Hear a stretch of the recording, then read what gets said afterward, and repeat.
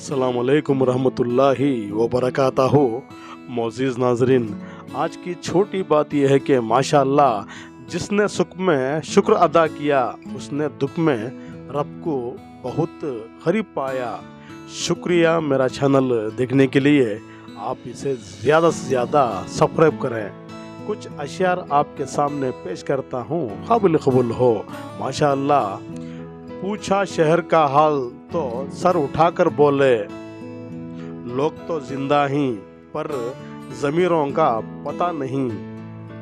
किसी पर भरोसा करो तो आखिरी हद तक करो, आखिर में या तो अच्छा दोस्त मिलेगा या अच्छा सबक। आजकल लोगों के चेहरे माशाअल्लाह और इनके दिल अस्तगफिरुल्लाह। कभी कभी हम और सिर्फ अल्लाह ही जानता है कि हम पर क्या बीत रही है जिंदगी में।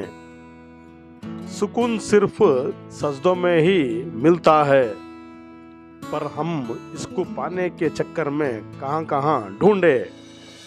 ये अलग बात है कि सुनी तेरी गई, वरना मेरा भी तो खुदा वही है।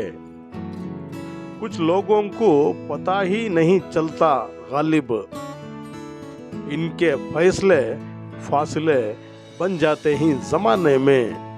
वक्त अच्छा हो या बुरा, अल्लाह कभी साथ नहीं छोड़ता।